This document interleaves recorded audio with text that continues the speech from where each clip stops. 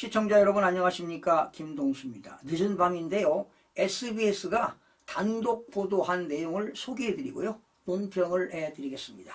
한국 수력 원자력의 협력사가 북한 소행으로 추정되는 해킹 공격을 받은 것으로 확인이 됐습니다.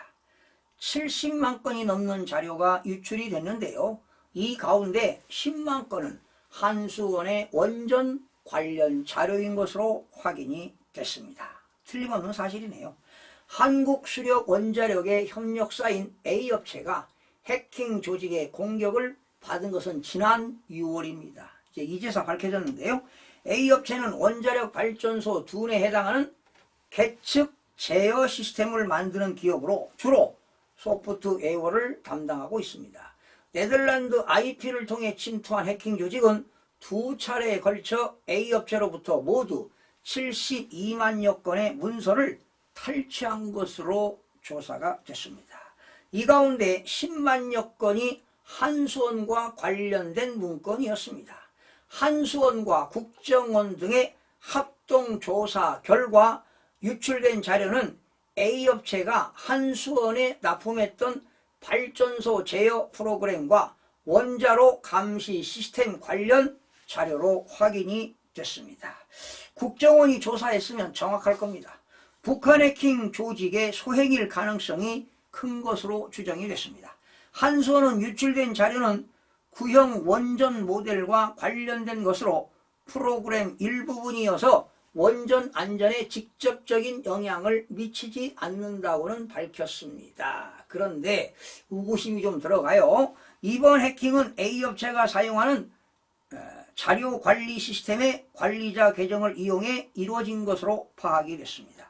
B사가 개발한 이 자료 관리 시스템은 내부 유출 등을 차단하기 위해 자료를 PC 등이 아닌 중앙 서버에 저장하는 방식인데, 해킹으로 확보한 관리자 계정으로 서버에 접속해 별다른 승인 과정 없이 자료를 탈출한 것으로 조사가 됐습니다. 이 자료 관리 시스템은 대법원과 통일부, 한국전력 등 다른 공공기관들도 사용하고 있습니다. 여러분, 중앙선거관리위원회도 해킹당했어요. 대법원도 해킹당했습니다. 그래서 대법원에서 판결된 판결문이 무려 A4 용지로 120만 장이 다 해킹당했습니다. 최민희 의원이 이런 말을 했네요. 해당 시스템은 시장 점유율 1위 업체가 만든 것입니다. 보안업체 관리 인력을 확충하고 보안 설비를 마련하는 등 유사한 해킹 피해가 발생하지 않도록 이런 강조했습니다. 자, 그런데 여기도 좀 의구심이 들어가는데, 좋아요.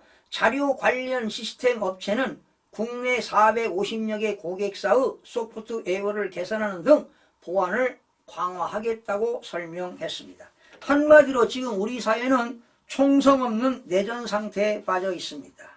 북한의 사이버 공작을 담당하는 부서를 운영하고 있는데요, 7,200여 명에 달한다고 저도 이 사이버 안보 세미나를 여러 번 학습을 한 적이 있는데요, 북한 공작 총사령부인 정찰총국과 연계된 해커 조직입니다. 북한에서 전문적으로 키우고 있습니다.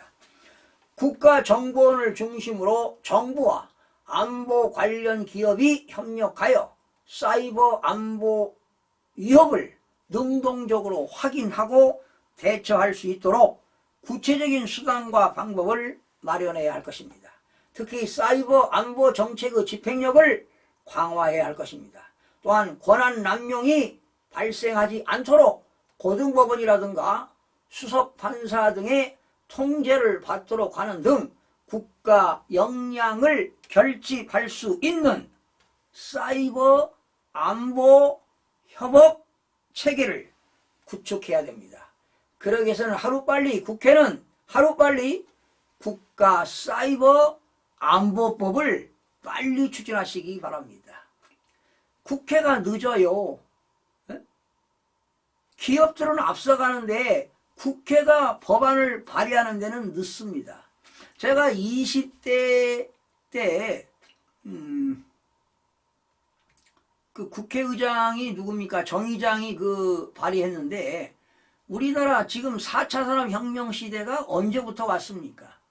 그래서 디지털 산업발전 기본법을 만들어야 된다고 제가 5, 6년 전에 7, 8년 전부터 4차 산업혁명을 대비해서 입법부가 그러한 디지털 산업발전 기본법을 만들어야 한다고 외친 바 있는데요. 지금도 그런 기본법이 없습니다. 바로 국가 사이버 안보에 관련된 기본법을 만들어서 국정원이 이런 것들을 국가 차원에서 안보를 체계화시켜야 할 것으로 보입니다. 시청해주신 여러분 고맙습니다.